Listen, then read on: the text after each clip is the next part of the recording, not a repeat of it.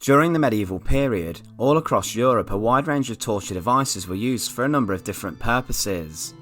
European courts would use torture depending on the crime and also of the social status of the accused. Torture was deemed a legitimate practice, used to extract confessions and information such as names of accomplices from those accused of a crime. It was permitted usually by law, and I'm sure you're familiar with some of history's most famous torture methods such as the rack.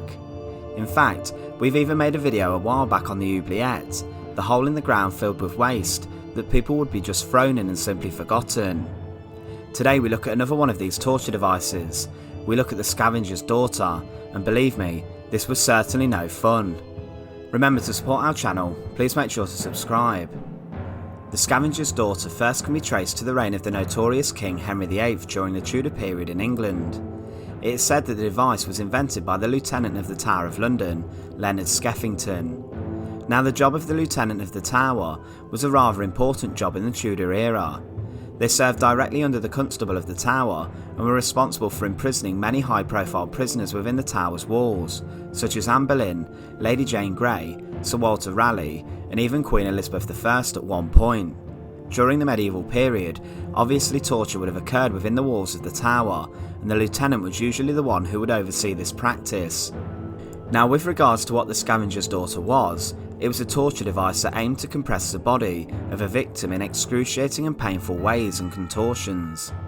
So the aim was to compress, which is a direct opposite of the torture method the rack, where the aim of this was to stretch the limbs and tear them from their sockets.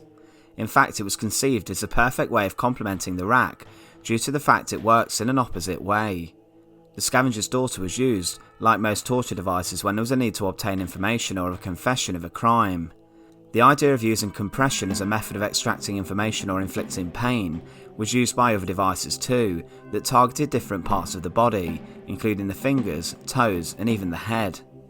The device worked by strapping the head of a victim to the A-frame shaped metal structure at the top of the point of the A shape.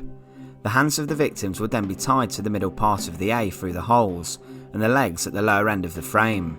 The frame could then fold, which would swing the head down and force the knees up into a sitting position. This would then compress the body with great pain, and would force blood to come out of the nose and the ears of the victim. It could also damage the muscles of a prisoner, which would also add to the pain. The victim's head was also pushed in an opposite direction to the body, and this would have been extremely excruciating. Surprisingly, it's a torture device that was rarely used, however, but was in fact very easy to make. It was constructed from using 3 iron planks and assembling them into an A shape. Straps would have been used to bind the victim to the device, but there were very few documented accounts of this structure being used, unlike the rack.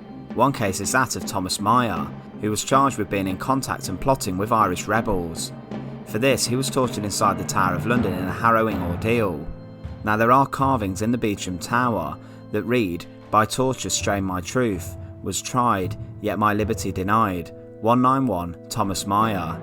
It is thought that these carvings are related to his experiences with the torture device. Another victim was Thomas Cottam. He was an English Catholic priest and martyr who would later be executed during the reign of Elizabeth I. It's believed that he suffered the Scavenger's daughter in late 1580 at the Tower, and also endured torture on the rack, which must have been absolutely brutal. So although the Scavenger's daughter wasn't used as commonly as other torture devices, it must have been extremely horrific and harrowing for the people who found themselves within the metal frame. To have the body compressed in such an unnatural and obscure way must have been extremely painful for the victim. If you found yourself within the A-frame of the Scavenger's daughter, you'd certainly be in a lot of trouble. Once again, thanks for watching. To support our channel, please make sure to subscribe.